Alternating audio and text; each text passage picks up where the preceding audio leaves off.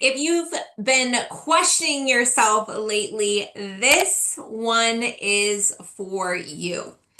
So, I'll never forget something that my therapist once told me. And that is that she said, Caitlin, your mind is the most powerful person in your life, the biggest influence. And also, it's the most dramatic one. And at the time, I laughed. I genuinely thought, okay, well, that feels kind of like a stretch to say that it's the most dramatic person in my life.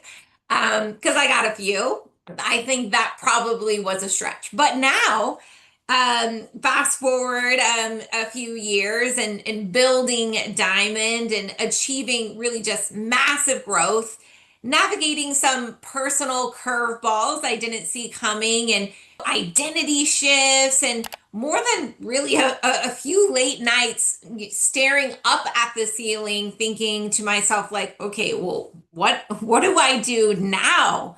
Right? I really understand what she meant when she said that, because I look back and I think about every big decision, every difficult conversation, opportunity, or leap, right? That there's always a voice in your head.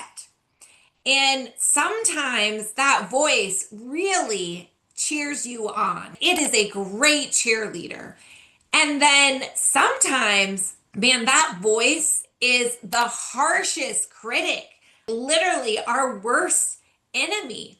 And I've heard both of those voices speak very loudly to me at different times in my life. And, I've heard him say that, like, hey, you're moving too fast. I've heard the whispers, right? You're asking too much of yourself. You're asking too much of those around you, right? I've heard the voices tell me that I have no business trying to lead at the level that I'm trying to lead and build the company and life that I'm trying to build while having, four kids and one with special needs, and trying to just hold it all together and juggle all those different balls in the air at once. And here's what I learned after hearing all those different voices and experiencing all those different things. And not just as a CEO of a multi-million dollar company, but is a human, as a woman, as a wife, is that I don't have to listen to every voice, right? That there are going to be a lot of voices that are very loud, very convincing, and completely wrong for that matter. And I get to decide what is true. And when I think of it in that way, that feels really good. That feels like control over my own life. That feels like ownership of really what I want out of my life. So, since I shared that and opened the door about my therapist today, that I want to share a few other things that she taught me that I genuinely believe just massively changed my life and how I live and how I lead, for that matter. And I really wish that I would have learned these much earlier in life. It would have saved me a lot of pain, a lot of heartache, a lot of stress and anxiety, because these things have really shaped really everything, how I show up every day, how I serve you and my clients and my team, and really how I treat myself when no one is watching. And that's a really important piece, because I realized a long time ago that if I don't take care of myself physically, emotionally, spiritually, all those things, I don't have as much to give to other people. So while I'm trying to run around 100 miles an hour doing things for other people and taking care of other people, if I don't first take care of myself first, I can't serve others at the highest level that is possible. So, I'm going to share with you what hundreds of dollars, if not thousands of dollars, that I've invested over the years in therapy and life coaches and lessons that I learned that has really changed my life and for the better. All right, so here we go. Number one is that your brain lies to you constantly. Your brain is a liar. And I say that kind of jokingly, but your mind is always telling a story about something, what something means, what something was intended. What did she really mean when she said that to me? And today it says you as a leader, a parent, a partner, a professional, right? What stories is your mind telling you all the time? And those stories can feel very real in the moment, but they're often really built on a bias, a past trauma, or an old wound. Really, things that are not factual. And so the moment you can catch yourself saying, the story I'm telling myself, right, is that clue, that indicator that it is a story, in fact, and not factual information, that's how you can take your power back. And that pause gives you a choice to redefine what you thought that story was, what you thought that really meant. Okay. The next thing is that what you avoid is really ultimately what controls you. And I don't know about you, but I don't like anyone controlling me about anything. And so things that I'm avoiding, when I put a definition on that those are controlling me, it really helped me to take action and put into like perspective of what was holding me back. So, in the moment, avoidance feels like relief, right? But that's very short term. It feels like peace and safety if you avoid hard conversations, if you delay making a decision because you didn't want to disappoint someone or be too overwhelmed. And I've told myself that I'll just deal with it tomorrow when I had more energy, more time, right? And every time I do that, things just got heavier. They got harder. And I realized what you avoid isn't just going to disappear because you avoided it. It actually gains and builds this power over you. So you can't wait to feel ready. Can't wait, right? We have to really step in and walk towards discomfort, just even if it's just one step at a time. That is how you take your power back, right? That's how you release control over something that you are trying to avoid. Number three, you are not who you think you are. You are who you practice being.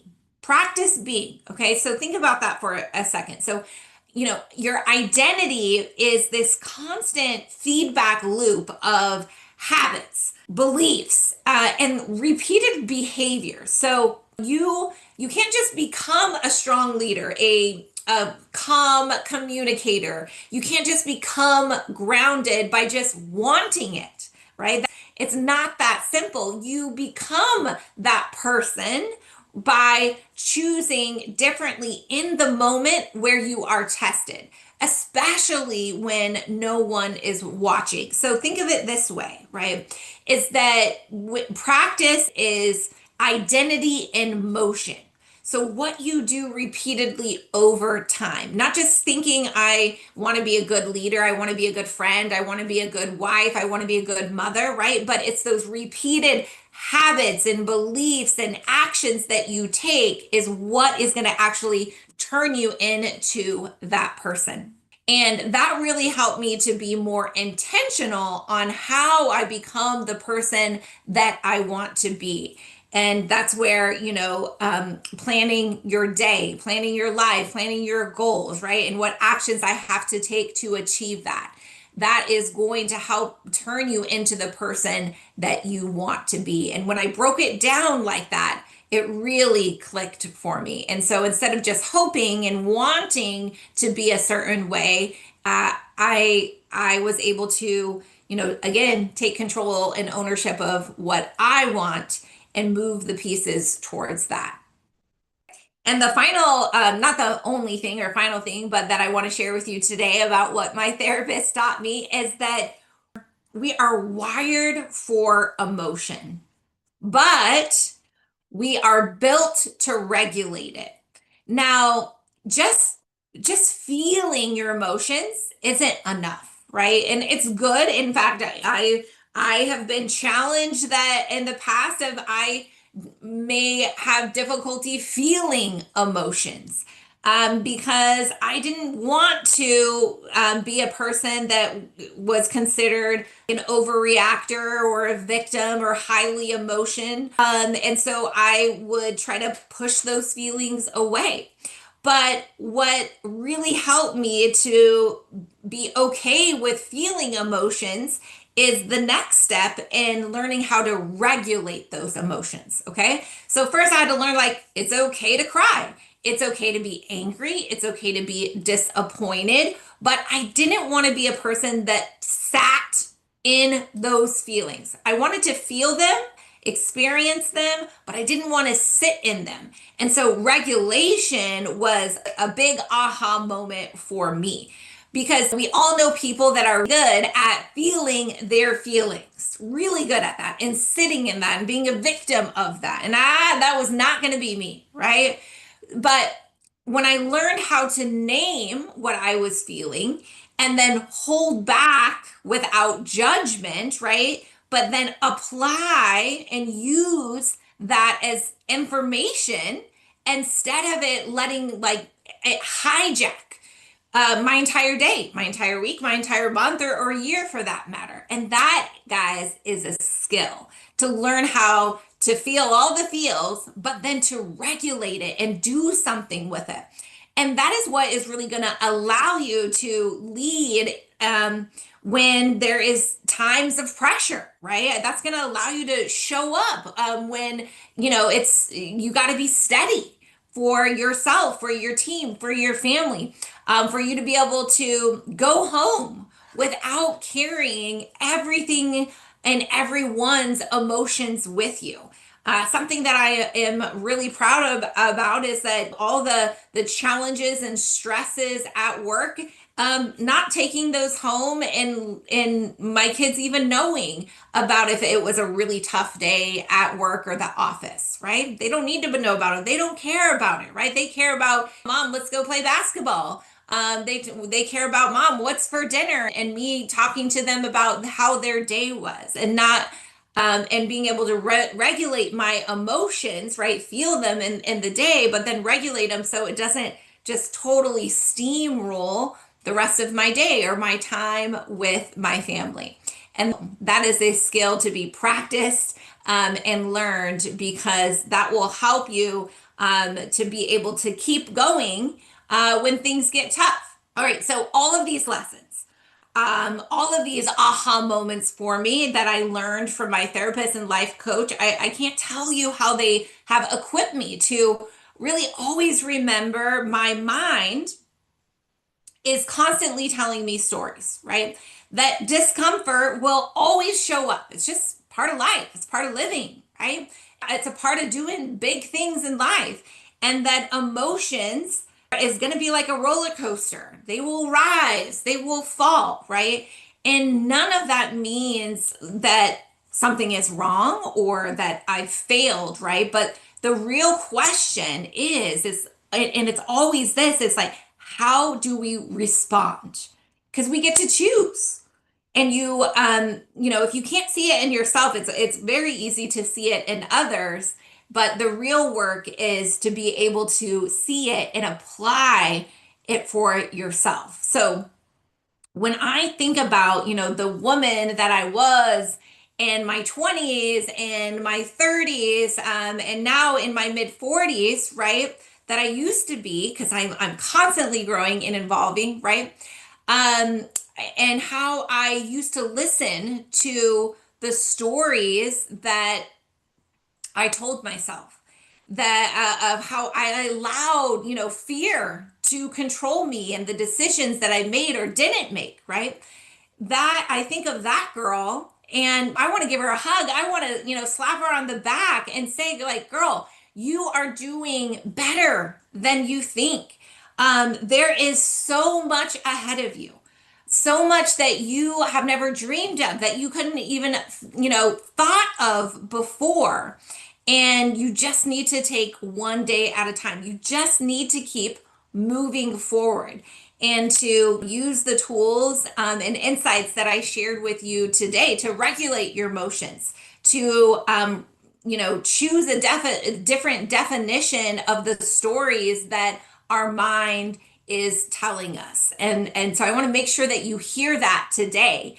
And if you are much younger than me, I hope that you can learn the lessons much faster than I did, and that you are open to not just like hearing me, but really receiving that, taking that in, and applying it, right? Because your mind might have a hand you this story, right? This morning, even, right? Last night, today, this morning, your mind is telling you a story, but you get to decide what's real, what's not, right? And ultimately, what is next? You get to decide. So I implore you, I encourage you, choose the story where you lead, where you take action, where you show up with courage, where you're not afraid to fail, and choose the story where you show up not just, is a victim or this the loud critic in our head, but really the diamond girl that you are already becoming, but you don't even realize it yet. So thank you for joining me here. Share this with your team. Share this with another woman that can apply these tips and tricks.